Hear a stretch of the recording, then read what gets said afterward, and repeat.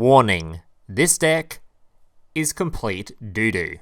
So I don't want to be that guy that's the bearer of bad news, but unfortunately I have to do this when making videos like this because I don't want to just sell out deck lists to my audience that are just complete and utter awful and make you guys waste your gems. This deck, it's one of those decks you should not be building unless you're planning to play it for fun. Because this art type, I will admit, it's a very for fun art type. There's a lot of cool, unique interactions you don't really see in other art types. It can make a Towers boss monster, it can... yeah, that's mostly all it does. But it's a cool art type all the same, it does some cool stuff, I guess. And this art type, unfortunately, in Master Duel specifically, Pot of Prosperity is just limited to 1. So already, right off the bat, it's going to be worse than the TCG, because the consistency of this deck list is just very, very easily hit. If your opponent has a single Ash Blossom and stops your initial search off of your one monster or off of your field spell, chances are your duel's already over. Then there's a problem of trying to go second, where this deck list has no tools to do so. If your opponent has a single disruption of any kind, that's it. Your duel's over. Now, in a lot of decks that struggle to go second, that's okay. You can struggle to go second. Just make sure your deck list is extremely favoured going first, so that you can get more wins going first than going second.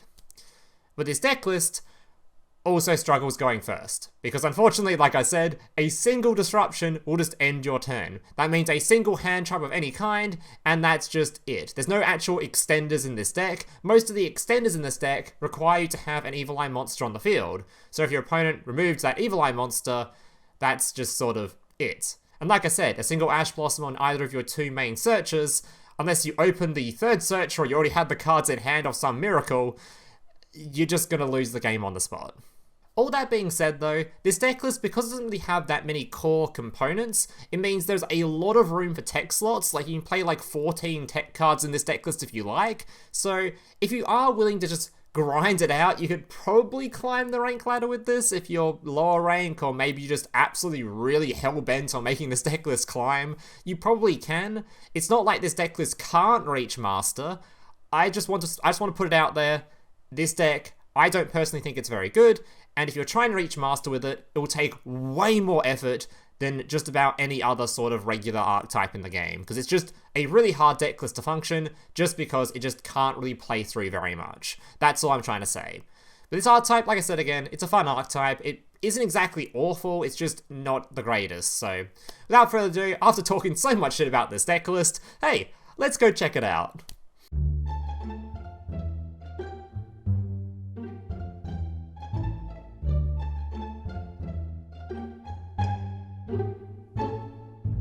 So here's today's deck list. Now, just a reminder before getting to the deck list, if you guys are enjoying today's video and want to see more content just like this in the future, especially if you're a returning viewer, so apparently about 35% of you are watching this or even subscribed to the channel, means 65% of you haven't even clicked that button yet. So if you guys are enjoying this content and want to see more videos just like this in the future, remember to leave a like on this video and consider subscribing to the channel down below.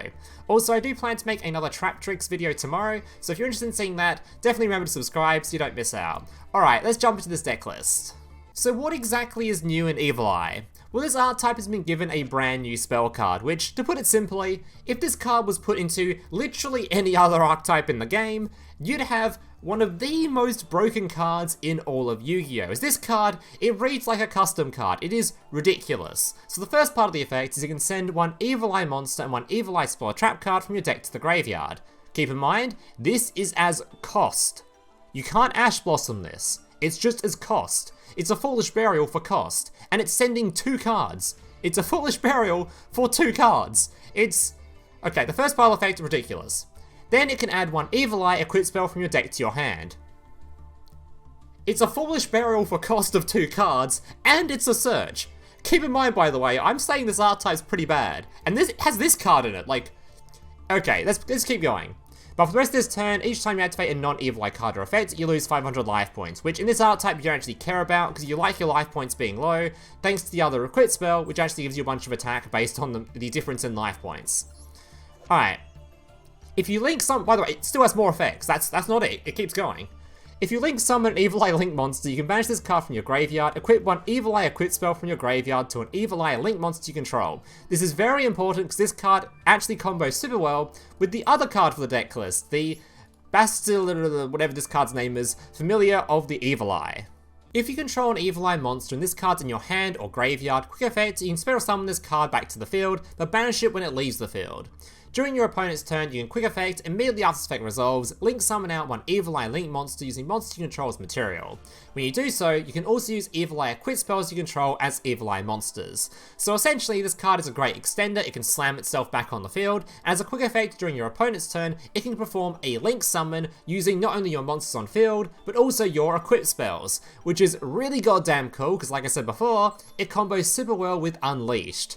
This card can not only put this thing in the graveyard, but because of this thing's bonus second effect, where it can actually take your equip spells upon link summoning and just slam them back on the field, allows you to use this card sort of freely, because you can use this card even using your other link monsters on field that have things like Selene equipped, to then go into like your link 3, and then this card can bring back the equip spell and slam it back on your monster, so you don't lose your Selene effects, because a lot of your cards in here, if you don't know, get bonus effects thanks to Selene being on the field. A lot of cards in here aren't even usable without Selene being on the field, so a really good effect that allows you to combo these two together and make it so you can do great link summons during your opponent's turn.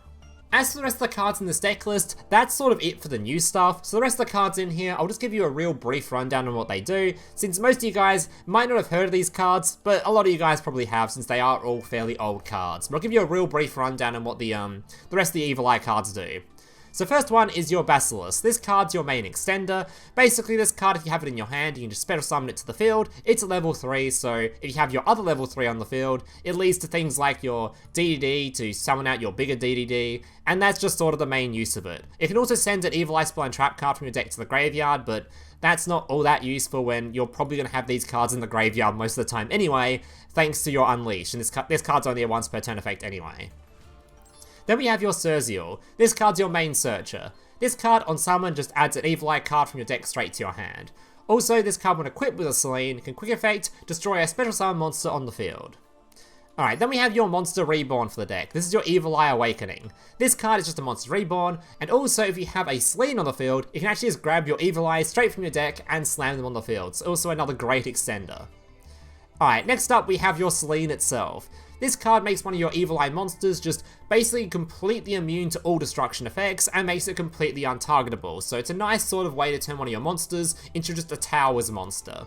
Also, it will make it so your monster gains a shitload of attack, because whenever you activate Evil Eye effect, your monster will then gain 500 attack and you will lose 500 life points. So it generally leads to your monster being like 5,000 to 6,000 attack most duels, and that's sort of on the low end. Sometimes if the duels go for any longer, this thing will just be an absurd amount of attack stat.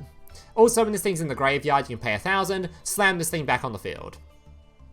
Alright, then we have your Gorgoneio. This card's actually your main spell and trap searcher for the deck list, because when this thing's in the graveyard, which you can put in the graveyard fairly easily thanks to this card, and if you want to, this card, you can banish this thing from your graveyard and send an Evil Eye Spell and Trap card from your hand to the graveyard, to then search for any of your Evil Eye Spell and Trap cards in your deck list.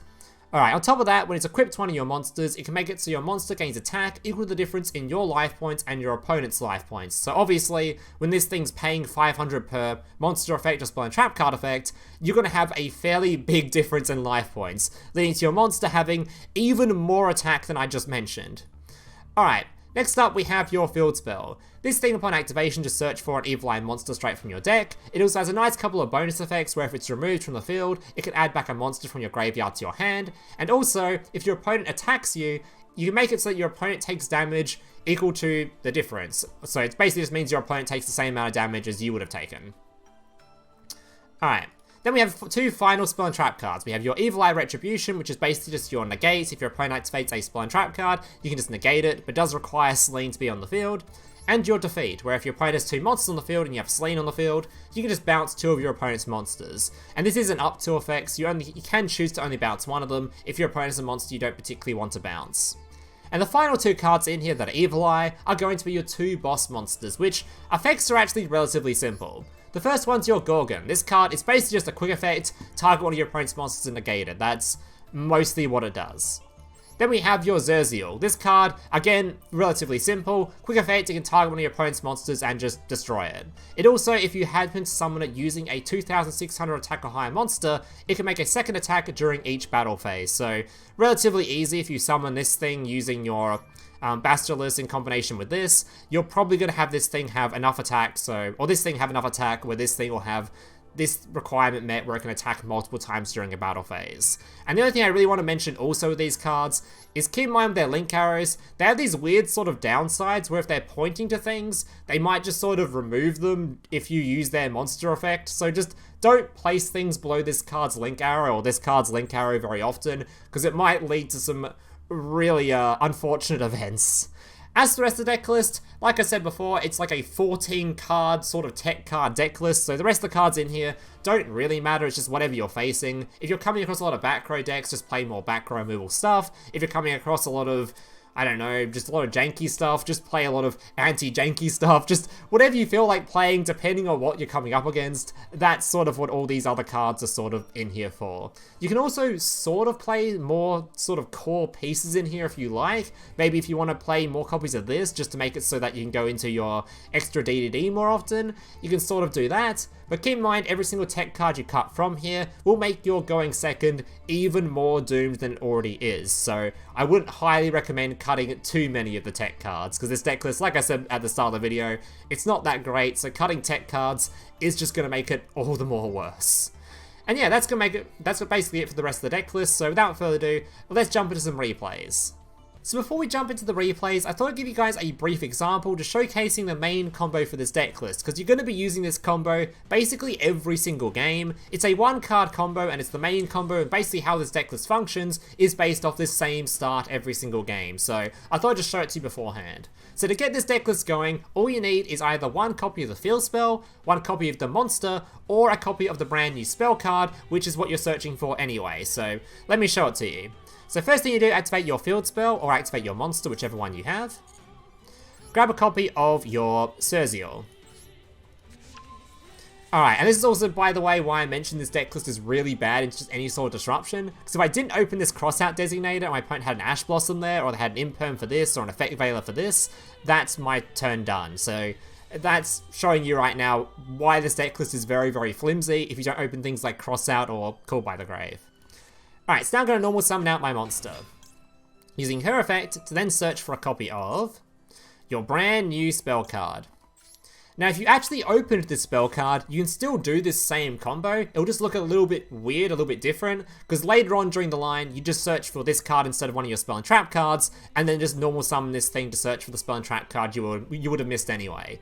If that doesn't make any sense, just keep watching the combo, you'll see when you can sort of use it, and yeah, anyway. So now that you've searched this card, you can activate its effect. As cost, you're going to be sending 2 cards to the graveyard. 1 monster, being your how you pronounce this card, and a copy of your Gorgoneio.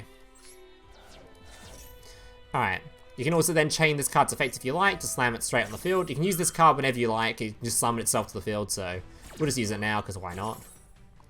Slam it on the field. Alright, now we're going to add a copy of your Selene to hand. Alright, from here we can now activate your Gorgoneio's effect, putting the Selene back in the graveyard, to then search for a spell and trap card straight from your deck. And this is where in the combo where I was talking about before, where if you didn't open this monster, you could just search for the field spell now, search for this monster, and then use this monster's effect to search for the spell and trap card I was about to search for here. So same sort of combo, just ordered a little bit differently. And from here, we're going to grab either a copy of your Defeat, which is your bounce card, or your Negate, whichever one you prefer, or whichever one you're sort of missing in your hand. Most of the time, you should probably be grabbing this card because it's the main removal source. But if you're scared of like evenly matched and you have already got some decent hand traps or decent back row already, you can search for the Negate. But normally, you're going to grab this thing. Alright. Now from here, you're going to go into a Link Summon, summoning out your Link 2, using these 2 monsters on field. Now keep in mind, if you had another extender here to summon out another monster to the field, you could actually just use these 2 monsters, go into your Link Summon and keep this thing on field as a potential quick effect to go into your Link 3 during your opponent's turn, if your Link 2's effect's already been used and you want to go into a quick effect disruption. So if you have an extra extender here, do use it and keep this thing on field, because then you can save it for potentially quick effects during your opponent's turn. But if you don't, otherwise just use these 2 monsters. Slam this thing on the field. And this will give you a choice to activate this card. You don't have to use this thing here. You're given a choice if you either use this thing to grab back your Selene and equip it straight to your Link monster, Or you can wait, and then you can just manually activate your Selene's effect to place it on the field by banishing this card from the graveyard. The difference is you're paying basically 1,000 life points. So if you have the other equipped spell on the field that gives you a thing an attack boost based on the difference in life points, generally you want to pay for this Selene's effect. But if you don't, you might as well just use this card's effect instead, because it's going to be banished either way. And this just saves you an extra 1,000 life points. But like I said, if you have the other crit spell, you want to lose those life points. And that's basically just the main combo for this deck. You're ending on just a copy of this card with a quick effect to negate, and this thing is basically now immune to all destruction and all targeting effects. Like I said, there are other variations of this sort of combo we end on slightly more, but more or less you're ending on mostly the same thing. The only other main variation is, like I said, if you have an extender, you'll end on a copy of this thing on the field for a quick effect during your opponent's turn, to after you've used your negate, you can swap it out to go into a copy of your Link 3, which then just as a quick effect can just destroy one of your opponent's cards. So that's just the main variations of this deck list. Alright, so I've got 2 replays to share with you guys, and you're lucky I got 2 of them, because of this deck list, it was really goddamn hard for me to get really decent replays, when half the time I'm playing against Tearlament, and the other half the time I'm going second, so it was really hard to get really solid replays today, so I've settled with just 2 of them. One of them is going to make this deck list look absolutely insane, and the other one is going to expose a lot of its problems, but we still managed to win anyway. So one's going first, one's going second. Alright, let's get into it. So we'll go with the hype replay first. This one will get you hyped. You'll see this and you'll be like, holy, this deck list actually looks pretty goddamn good. And then you'll see the second replay, and you'll lose all faith in this deck list completely. I was going to say faith in humanity, but I guess you probably lose that too trying to play this deck. Alright, so we're going to activate our spell card with 0.0006% usage rate. Getting our Serziel, searching for our trap. This is because we already happened to open this card, so we open an extra thingo instead. I could also search for an extender here if I liked, but I prefer to go for just an extra monster, or extra negate over the extra extender. God, I'm stuttering so much today. You guys should have seen the amount of takes I've done for this video. I've been stuttering all goddamn day. Alright. Activating this card's effect, banishing it from grave, sending my card from hand. Of course, making sure to send the Selene, because it can put itself back on the field, or use this card to put it back on the field. And searching for my other trap cards. Now we have both the trap cards in hand. Go into our Link. Go into our Gorgon, set our 2 cards. I think it's a real shame with this deck list, by the way, that you'll notice in both these replays, I don't even use this card's quick effect, because there is no real reason to use it all that often. I think this deck list needs like one more supporting card to just fix it all, where you just have a real reason to have this thing sort of on your end field most games. I guess you could run more copies of sort of the Monster Reborn spell card or something to just grab this thing out from your deck list more often. But it just doesn't really come up all that much. We just don't really want to link summon that often, so I think it's kind of lame. Just one more supporting card I think will fix this deck list. So I'm going to equip my final 2 cards to this thing, make it a Towers monster, set my 2 back row, and pass. So a fairly decent board, and we have Maxx. Alright, activates this card so we already know it's Tearlament. I've been facing so much Tearlament on ladder recently. It's weird, the other week I was facing basically only Branded, then after the new support came out, they all just started playing Tearlament for some reason. My guess is the Branded players are actually fun, they went and started playing the new stuff, and the Tearlament players are really boring and just kept playing Tear still. Alright. Grabbing his Tear. Blah blah blah, we've seen this before, come on bro, get some originality. Alright, milling a billion cards. Not going to use our negate because it's only a quick effect to negate, so keep in mind this thing's a targeting negate, so if your opponent's using graveyard effects, you can't do anything about it anyway, you just have to let it go. Which has its upside sometimes being targeting, but generally it's more of a downside. The upside of targeting is your opponent can't chain block it. Like your opponent right here, he would have completely chain blocked this thing's effect, but I'm just going to be able to target negate it now. Alright, get negating. Also, this card I can now bring back to the field, because my opponent actually milled it using his milling stuff. So now I actually have potential for a climb into a Link 3 if I want to. But it wouldn't really work all that well, because unfortunately I've already used my Evil Eye Unleashed to be able to get these... I'll tell you how to get the equip spell back on the field. So this, I don't have an Unleashed in Graveyard to re-equip the equip spells. So if I do go for the Link 3, it will be a Link 3 that doesn't even have its quick effect pop, because there'll be no Selene on the field, unless I keep the...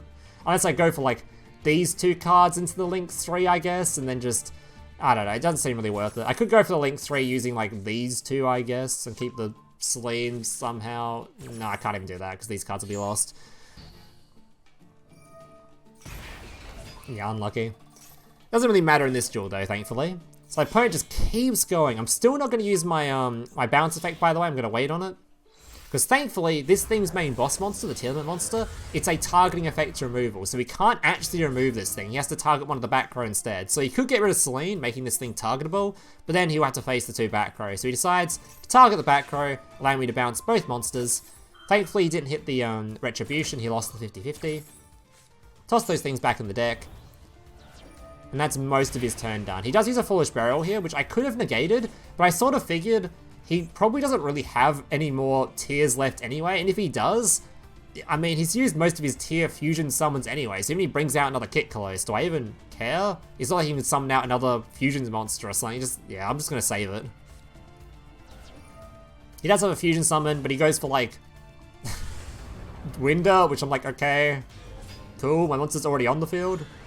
Beats over this. I'm not going to go for some quick play. I'm just going to keep my big 5,000 attack monster on field. No real reason to swap it out for the other Link 3. Alright. Attack boosting with these dudes. Beat over his card. Set my Cool by the Grave and passing the turn. And we notice, by the way, this is another one of the sort of downsides of this deck list. This is like it. Like, there's no other follow-up. I haven't got like, oh yeah, now I'm just adding a card back to hand and extending and going to all these... This is it, I'm just one Towers monster, and I have to try to kill my opponent with just this, and my opponent's going to keep setting cards every turn. I can't even like recur these trap cards or anything. Once they're used, they're just sort of gone. So if my opponent just sets a couple of cards, then draws into a combo starter, I've got my 1 negate, and my 1... I still have my spell and trap card negate, thankfully, but normally you wouldn't even have this still left. Yeah, this deck list, it's so close to being good, but it's just not quite there. It's missing 1 more supporting card, I reckon. Alright, he's gonna use his Snow. I could potentially, I could Cool by the Grave this, but I don't really care. Because I can just negate the Snow if it tries to flip something face down. Might as well just save my Cool by the Grave for potential more Tearment stuff if the game does extend further. Also, I've now got Tactics that's live to steal something if I want to. But I think he just concedes before anything happens. So no Tactics to be yoinking stuff in his hand or yoinking his monsters for lethal or anything like that. Alright. On to our second replay. And this is where we're really going to be exposing the downsides of this deck list. I'm sorry I've like been sort of down on this video. I've been sort of talking so much shit about this deck list, but I don't know, I was very disappointed. I was hoping this would be a little more fun archetype than it is, just be a stronger archetype, but it's just not quite it. Still thought I'd show it to you guys in a video anyway, because it'd be a waste not to, but yeah. So up against Witchcrafter, which there's not really that many good targets for an effect Veiler, so I'm like, yeah, I'll just hit Ariana. This is one less trap card to have to deal with. Thankfully, we hit evenly matched, so it's one of those few times where, thank God, we have the going second card that's really goddamn good in this particular scenario. Evenly matched, banishing everything but 1. Summon my Serziel, and we get hand trapped. And despite having both the equip spells still in hand, I just can't get another monster on the field, so that's it. That's my turn done. I can draw 2 cards. I'm not sure what I'm going to draw into, because there's no way to get another monster on the field now, but I can draw 2. And that's it. Cool. Alright, passing the turn, now we're just looking for a monster. This is one of those hits where, like, Prosperity would be really nice, but Prosperity is just limited to 1 for some reason. Thank you, Konami, for that one. I get Prosperity is really goddamn good in sort of all the top tier decks, or in some of the top tier decks, but just makes it so a lot of rogue decks are playable. Still pretty sad that card was hit. Alright, activating this, searching for my Unleashed. I think it's one of the main... This is a weird tangent, I don't know why I'm saying it in this video, but this is one of the weird times where the Duel Links ban list works so much better than the Master Duel ban list, because they can take top tier cards, or top cards out of top tier deck lists, because they can put Prosperity to limit 3, and then one of the top tier Master Duel deck lists put one of their cards to limit 3, and it takes the Prosperity out of it. I know why I'm rambling about this, but yeah, I think it's I think it's just such a shame that Prosperity had to go from this game. Same with Terraforming, actually. That also helped this decklist a lot, just being able to search for your field spell. But anyway. Alright, so in this duel, I decided not to go for the Link 2, because I was scared about this one back row. It was activatable the entire time. And I thought if I just go for a Link 2 here, and it's just like Destruction card, I have no more plays. Everything just goes to the graveyard, and that is it. So I'm just like, I'll just leave these two on the field and just equip some stuff. At worst, I can just Link summon out the Link 2 during my opponent's turn anyway, so... And we actually have these cards in graveyard to bring back the equip spells, so... I should be fine. Because now we have a Quicker Fate to be able to Link summon whenever we feel like it.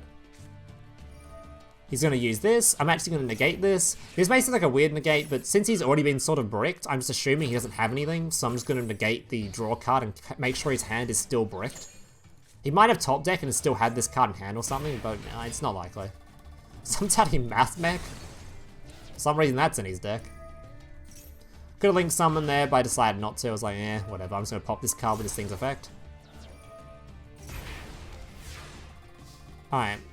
This thing now has an effect where, after you've used its card's effect, its downside, like the Link monsters, it has some sort of downside where it has to pop a card on the field. So I'm going to pop this thing and get back a monster from graveyard.